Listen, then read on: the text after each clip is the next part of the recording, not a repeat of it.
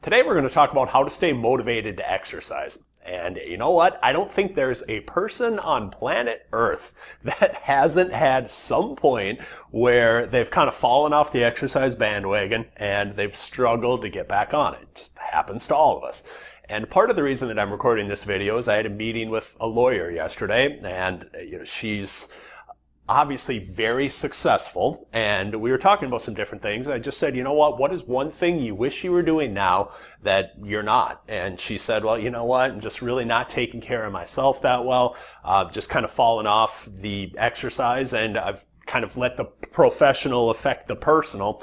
And I just said, okay, I can totally understand that. And I talked her through a concept that I don't think I've ever recorded a video on, and it's what I call your motivational space. And motivational space specifically to exercise. And I love acronyms. SPACE is an acronym that stands for social, progress, accountability, competition, and entertainment.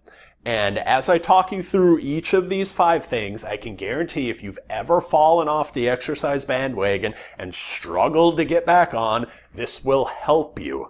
So as I talk you through these 5 different things, I guess a couple of things to kind of frame it. One, as I talk through them, some of these are going to resonate with you more than others. Now, I can guarantee that the more of these you incorporate into, let's say, getting started back with exercise, the more successful you're going to be. But really highlight and specifically target maybe the 1 or 2 things where you're like, you know what, Scott, that's me. Like, I know this will help me.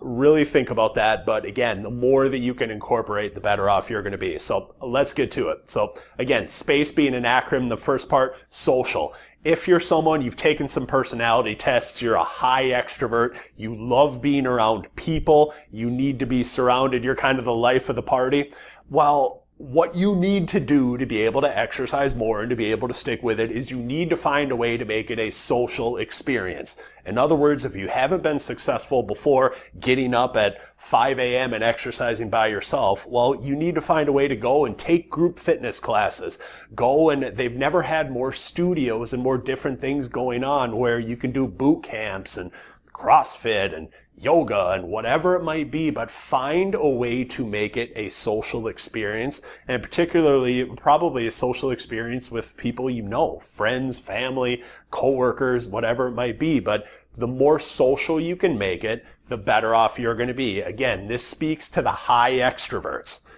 So that's the S. P, progress. Progress is someone that you're driven probably a little bit more by numbers. You're the guy that likes getting in there. You have spreadsheets created for everything. And we all know that, especially because a lot of people will exercise with some end result in mind where they say, you know what, I want to lose this much weight or fit into this pair of jeans or have this percentage body composition. Well, you know that those things don't happen overnight. And it can be sometimes easy to get demotivated when you're doing things because it just takes a while to be able to get to your goal. And before you end up achieving this weight or this clothes size or whatever it might be, well, you need measures of tangible progress along the way to show that what you're doing is working. Like, I can either run a little bit longer, I can run a little bit faster, I can lift a little bit more weight, or I'm a little bit more flexible. But if you're a progress numbers driven person, find a way to just write down, or there's never been more apps and more recording devices to be able to chart out the tangible numerical progress that you're actually making, and let that motivate you on the way to your end goal, wherever you're looking at going. So that's P. A, accountability. I think we all need to be held accountable from time to time. I will be the first one to say I'm not a morning person. There are so many 5:30, 6 a.m. workouts I would have missed if I wouldn't have been being held accountable by other people that I knew I was meeting. So I think you can be held accountable not only to someone that you're meeting for a given workout, but you can also be accountable to something.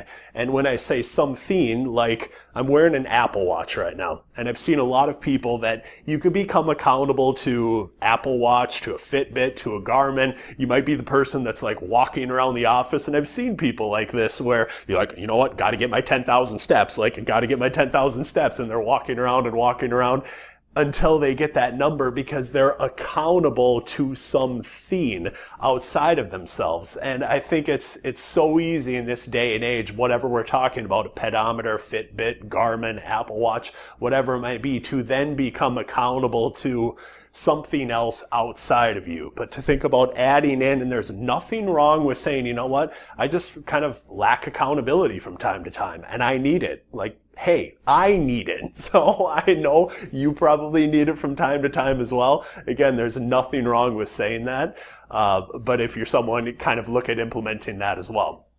The C part of it, competition. This really speaks to typically former athletes, I would say, salespeople. You know, if you're just wired with a certain amount of competitive drive where you like kind of going head to head and you like challenging not only yourself, but challenging kind of other people, well, find a way to structure like a bet with a friend or a bet with a coworker and have something riding on, you know what, we're going to work out for the next 30 days, or we're going to go on this exercise plan and like, we're going to do this as kind of a challenge to see if whether, you know, we can do it. A lot of corporate wellness is built around this, where they'll have different teams or different divisions kind of competing against each other. And it's amazing how much people will adhere to what it is that they're doing when you throw that out there and when you have that competition behind it. And if you're someone that you know you kind of crave that challenge, that competition, you know, if you're a former kind of competitive athlete or somebody like that,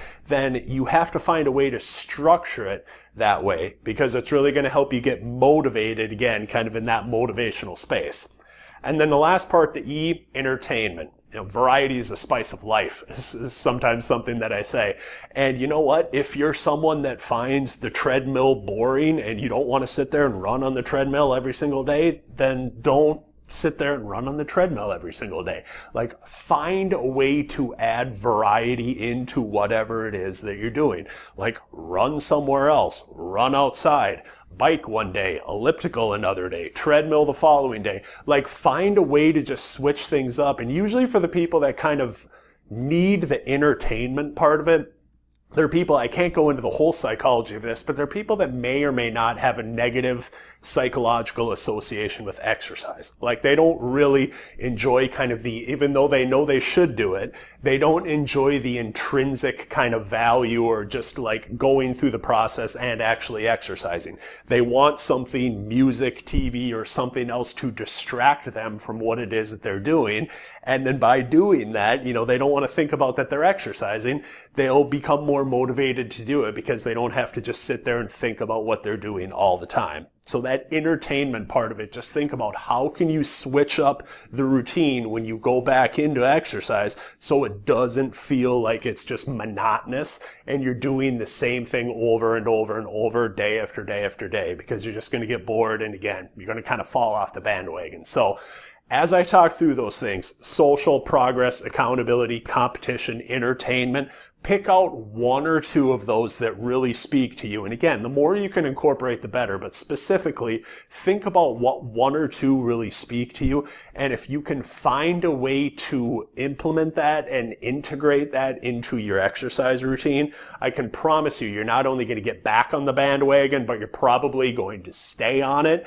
Because instead of like some of the diet books out there where you're trying to just more or less jam a square peg in a round hole and telling you, well, you got to be like this or you got to be like that. This is really something that bends and is specific to you and your own individual personality and what makes you tick. So if you can pick out the one or two things, you know, that's really going to help you out in the long term. So if you are watching this on YouTube, please subscribe to the channel, or you can head over to scottwelle.com where there are plenty more free goodies and training for you to eat up. Figuratively, not literally, but I want to wish you a great day. And as always, best of health, happiness, high performance.